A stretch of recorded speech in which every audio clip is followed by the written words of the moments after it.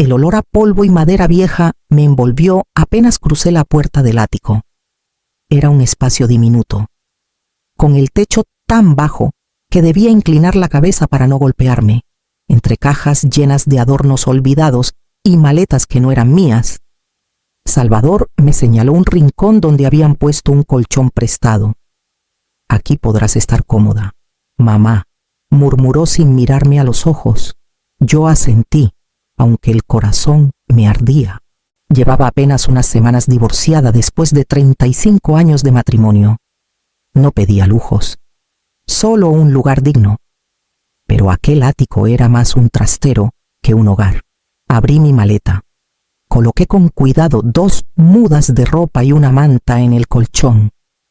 La bombilla colgaba de un cable desnudo y cada crujido del suelo me recordaba que estaba fuera de lugar, relegada al rincón de lo inservible.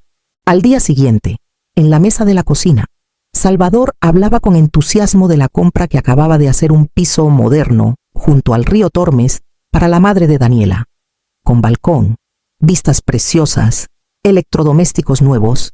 «Lo merece», dijo radiante, como si acabara de realizar una hazaña heroica.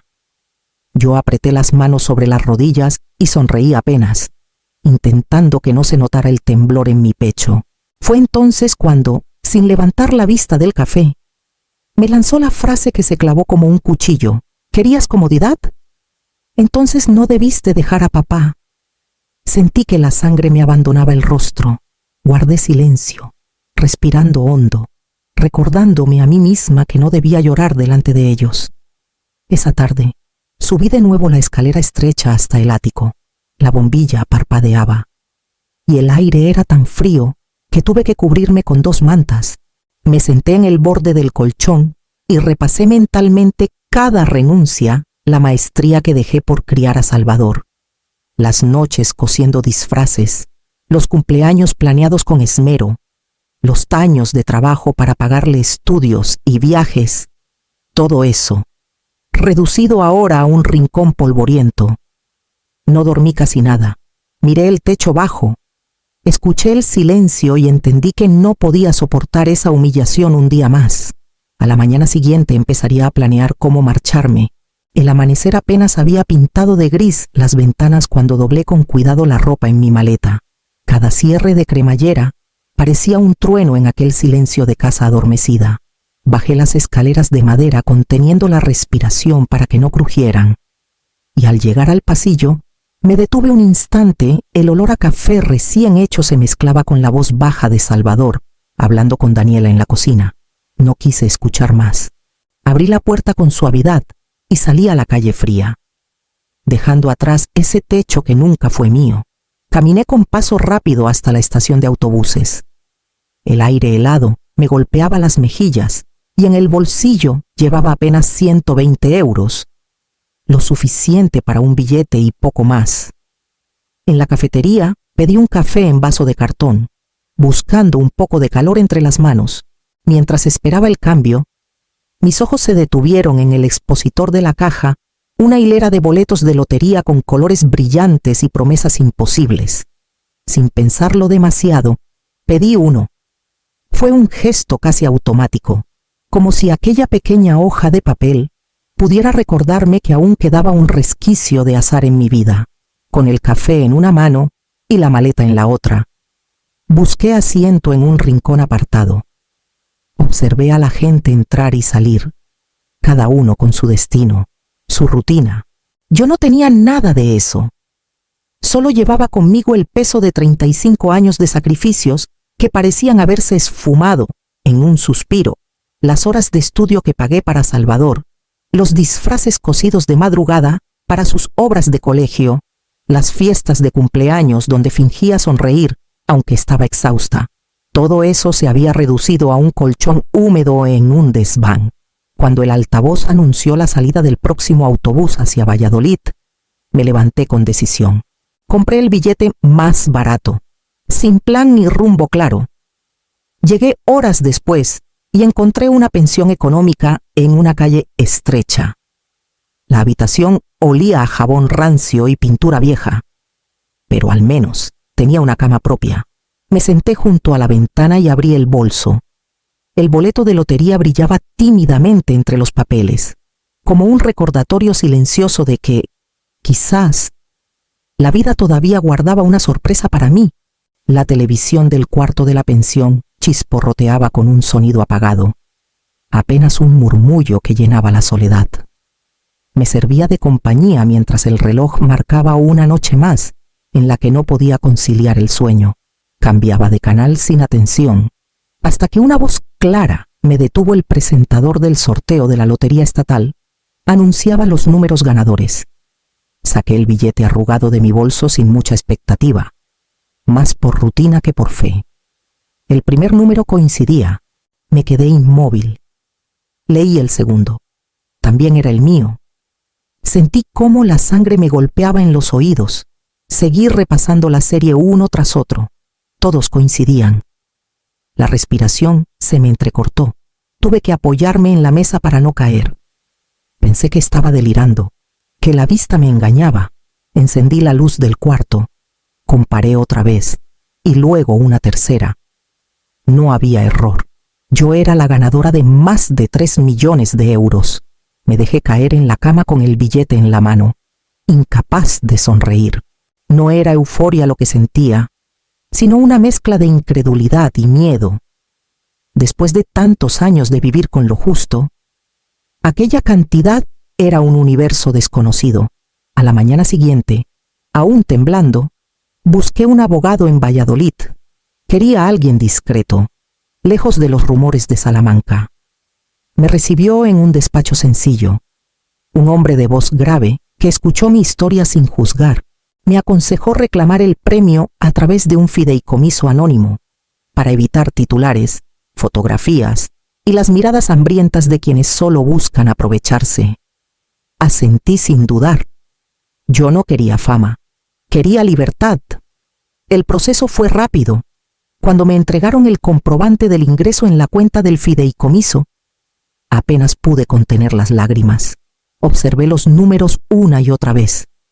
Eran tan irreales que parecían escritos para otra persona. Me tapé la boca para no sollozar demasiado alto en aquella oficina.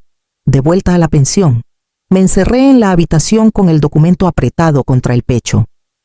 No pensé en lujos ni en venganzas, solo en la certeza de que, por primera vez en décadas, mi vida me pertenecía.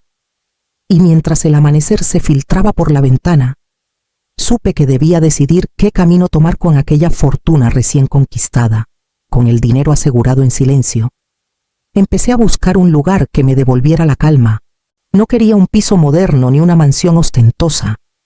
Necesitaba un espacio que respirara libertad. Tras semanas revisando anuncios discretos, un agente me llevó a la Sierra de Ávila. La carretera serpenteaba entre pinares y campos dorados, y al final de un camino de grava apareció la finca. La casa era sencilla, con paredes encaladas y un porche estrecho que miraba hacia los montes. Nada llamativo, nada que pudiera despertar envidias. Lo que más me atrajo fue el granero, una construcción antigua, de piedra y madera, con un altillo polvoriento. Apenas crucé el umbral, sentí algo extraño, como si ese lugar, humilde y olvidado, llevara tiempo esperándome. Firmé la compra sin titubear. Entregar el pago en efectivo me dio una sensación de control que jamás había sentido. Cuando el agente me entregó las llaves, respiré hondo por primera vez en décadas. Tenía un hogar propio, elegido solo por mí. Durante las primeras noches, recorrí cada rincón imaginando cómo transformarlo. Quise que aquel lugar no fuese únicamente un refugio para mí, sino también para quienes, como yo, habían sido desechados. Recordé a los perros abandonados que solía ver en las afueras de Salamanca, a los caballos flacos que pastaban sin rumbo en los prados. Entonces lo supe, convertiría la finca en un refugio para animales. Llamé a asociaciones locales y varias me respondieron con entusiasmo. Una de ellas me puso en contacto con Marisol Quintero, estudiante de veterinaria de 25 años. La conocí en un café del pueblo vecino, joven, con manos firmes y una mirada serena que no huía al escuchar historias difíciles. Le ofrecí quedarse en la casa principal a cambio de ayudar con los animales y aceptó sin pensarlo. La tarde en que Marisol llegó con su mochila al hombro y una sonrisa franca, el silencio de la finca se transformó. Sus pasos resonaron en el porche como si despertaran la tierra misma. Juntas empezamos a trazar un plan: establos limpios, alimento suficiente, rincones seguros, por primera vez desde que abandoné mi ático. Mi corazón se llenó de esperanza, y mientras el sol se escondía tras las montañas, comprendí que aquel lugar podía ser más que un refugio físico. Tal vez también lograría curar las heridas invisibles que aún me acompañaban. La primera furgoneta llegó una mañana fresca de primavera. Del interior bajaron 2 perros mestizos de mirada triste, un caballo con costillas marcadas y un par de cabras asustadizas que se resistían a moverse. Me quedé observando en silencio, con un nudo en la garganta. Aquellos animales eran como yo, expulsados de un lugar que un día habían llamado hogar, condenados a sobrevivir en condiciones que nadie merecía. Marisol se movía con soltura. Sus manos jóvenes acariciaban a los perros con paciencia. Hablaba en voz baja al caballo para calmarlo. Sujetaba a las cabras sin brusquedad. Yo, en cambio, me sentía torpe, como una recién llegada a un mundo desconocido. Sin embargo, me obligué a aprender. Los primeros días fueron agotadores. Me despertaba antes del amanecer con el canto de los gallos vecinos y bajaba al establo con los ojos aún pesados. Había que limpiar la paja húmeda, llenar los bebederos, cortar heno, repartir pienso. Cada músculo protestaba. Mis manos se agrietaban y la espalda me recordaba que los 63 años no pasaban en vano. Pero cada vez que veía al caballo levantar la cabeza con un respiro más sereno o a los perros mover tímidamente la cola, sentía que todo esfuerzo tenía sentido. Marisol se convirtió en un apoyo constante.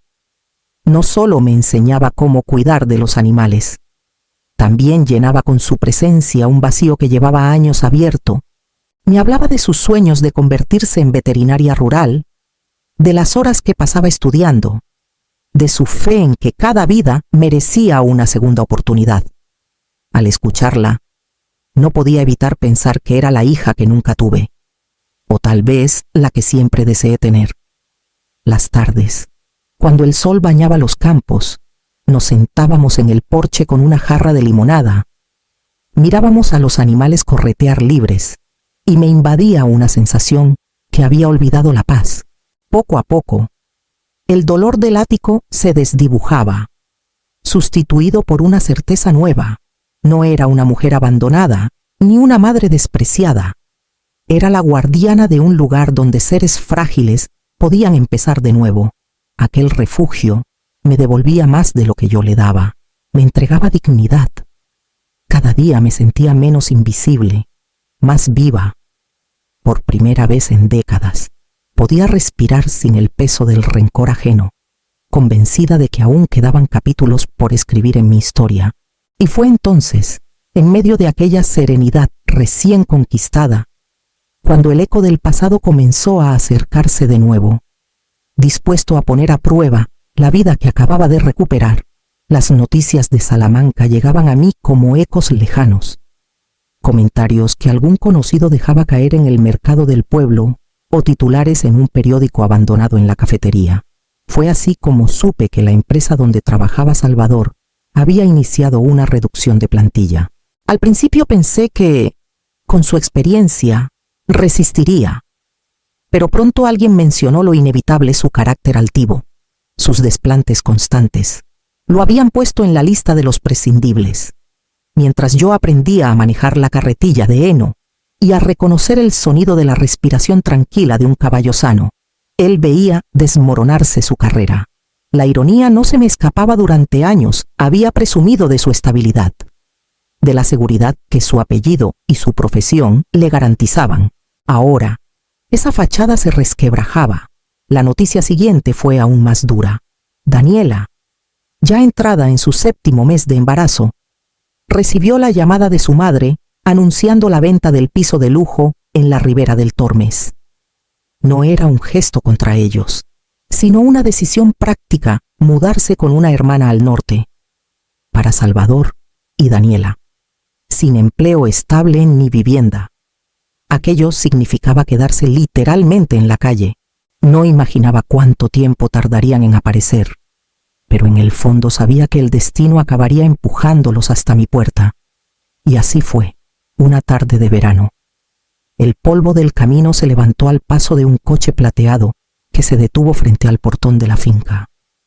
Me quedé inmóvil en el porche, con un cubo de agua en la mano, mientras veía descender a Salvador. Llevaba el pelo más largo, los hombros encogidos. Tras él bajó Daniela, pálida y cansada, sujetándose el vientre abultado con un gesto lento, casi doloroso. Se acercaron despacio. Salvador apoyó las manos en la verja y me miró con esa mezcla de orgullo y súplica que solo nace cuando la vida te ha golpeado demasiado fuerte. «Mamá, necesitamos hablar», dijo con voz áspera, como si cada palabra le costara. Yo no respondí de inmediato. Los observé un momento más, recordando el ático, la frase que me lanzó como un cuchillo, y el frío que soporté entre aquellas paredes. Entonces abrí el portón, sin prisa, dejando que el silencio pesara. Sabía que el verdadero encuentro apenas comenzaba. Salvador habló primero, con esa voz quebrada que trataba de sonar firme pero dejaba entrever la derrota. Me contó de la empresa, del despido, del finiquito que apenas alcanzaba para unas semanas. Daniela añadió lo de su madre, el piso vendido, la mudanza al norte, y allí estaban los dos, frente a mí, con las manos vacías y el futuro reducido a un ruego. Los escuché sin interrumpirlos, con la serenidad que solo da el haber sobrevivido a la humillación. Cuando terminaron, asentí despacio. «Podéis quedaros», dije. Vi cómo los hombros de Salvador se relajaban un instante, hasta que añadí, pero no en la casa. Se miraron confundidos. Les hice una seña con la mano y los guié hacia el granero. Las tablas crujieron bajo nuestros pasos hasta llegar a la escalera estrecha. Subimos en silencio. Empujé la puerta del altillo y les mostré el espacio: paredes encaladas, una cama sencilla con colcha de algodón, una mesa junto a la ventana de guardilla y una cocinilla modesta. Nada más. Allí no había lujo, ni siquiera comodidad. Era un lugar de paso, austero, casi idéntico al ático donde yo había aprendido a tragar mi propio dolor. «Este es vuestro sitio», dije. Daniela frunció el ceño, cruzando los brazos sobre el pecho. Salvador, en cambio, bajó la cabeza. «Hay condiciones», continué. Enumeré cada regla con calma: madrugar antes del amanecer, participar en las tareas del refugio, respetar los horarios de descanso, cuidar el silencio de los animales. No habría excepciones ni privilegios. Daniela apretó los labios con un gesto de desprecio, como si aquel lugar la insultara personalmente. Salvador solo respiró hondo, tragándose el orgullo que aún quedaba. Yo me quedé en el umbral, mirándolo sin titubeos. «Entendedlo bien», concluí con voz firme. «Aquí no hay privilegios, solo dignidad y esfuerzo». Dejé que mis palabras flotaran en el aire, tan densas como el polvo iluminado por la rendija de la ventana. Luego giré sobre mis talones y bajé la escalera, el eco de mis botas marcando el compás de un nuevo comienzo. Mientras regresaba al patio, escuché el silencio denso que dejaban atrás, y supe que aquello sería una prueba definitiva para ambos. Los primeros días fueron un campo de batalla silencioso. Salvador bajaba al establo con los hombros tensos, arrastrando las botas sobre la grava como si cada paso fuese un castigo. Cumplía las tareas de mala gana: llenar bebederos, retirar estiércol, acarrear sacos de pienso. Sin embargo, al cabo de una semana, noté un cambio sutil. Ya no necesitaba que Marisol le repitiera las instrucciones.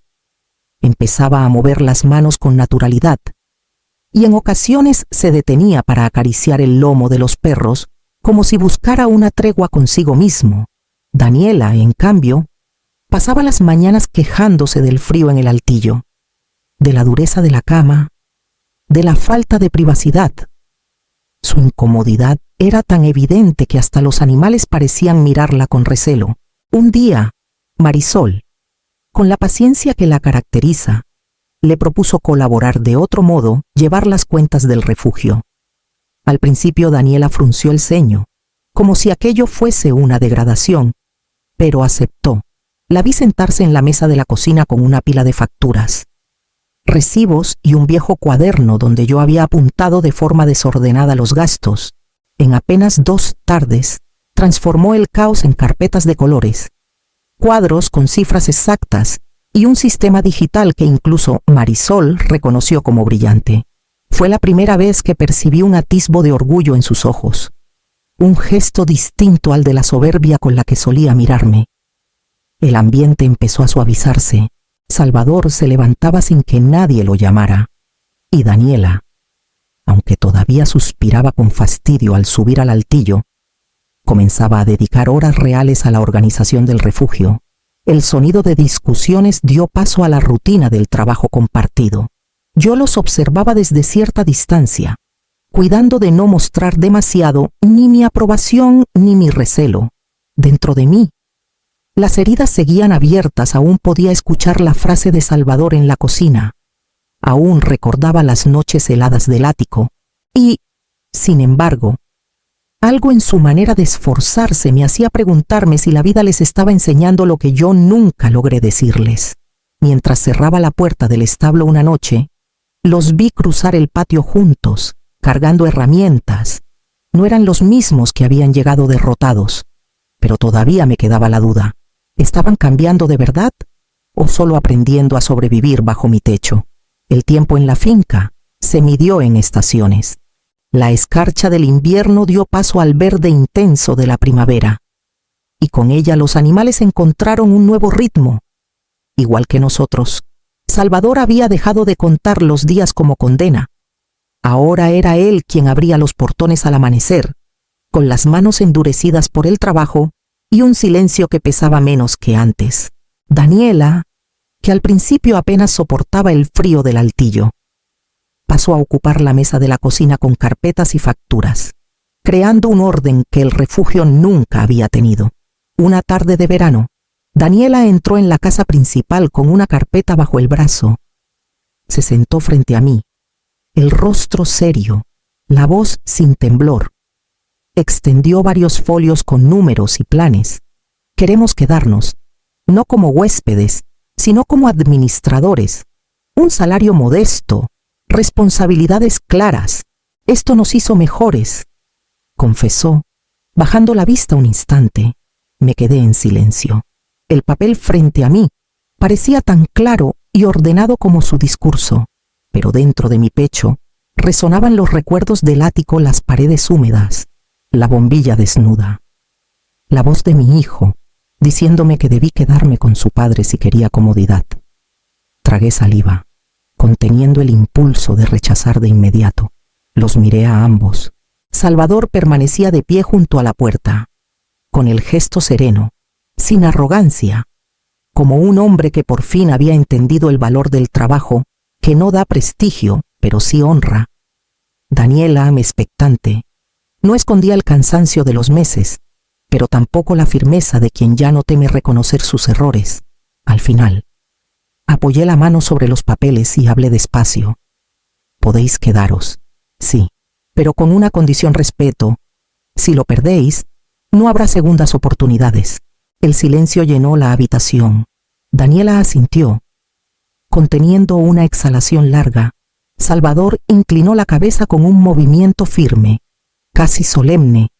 Esa noche, al salir al porche, lo vi en el establo. Sus movimientos eran seguros, sin la torpeza de los primeros días ni la arrogancia de antaño. Con las mangas arremangadas, guiaba a los caballos al pasto, como si ese gesto lo reconciliara con algo más profundo que la rutina. Me quedé observándolo largo rato. Ya no era el hombre que me había desterrado al ático. Era alguien distinto, alguien que había aprendido lo que cuesta la dignidad, y en ese instante comprendí que, más que dinero o propiedades, El verdadero legado que podía dejarles era la certeza de que el respeto lo cambia todo,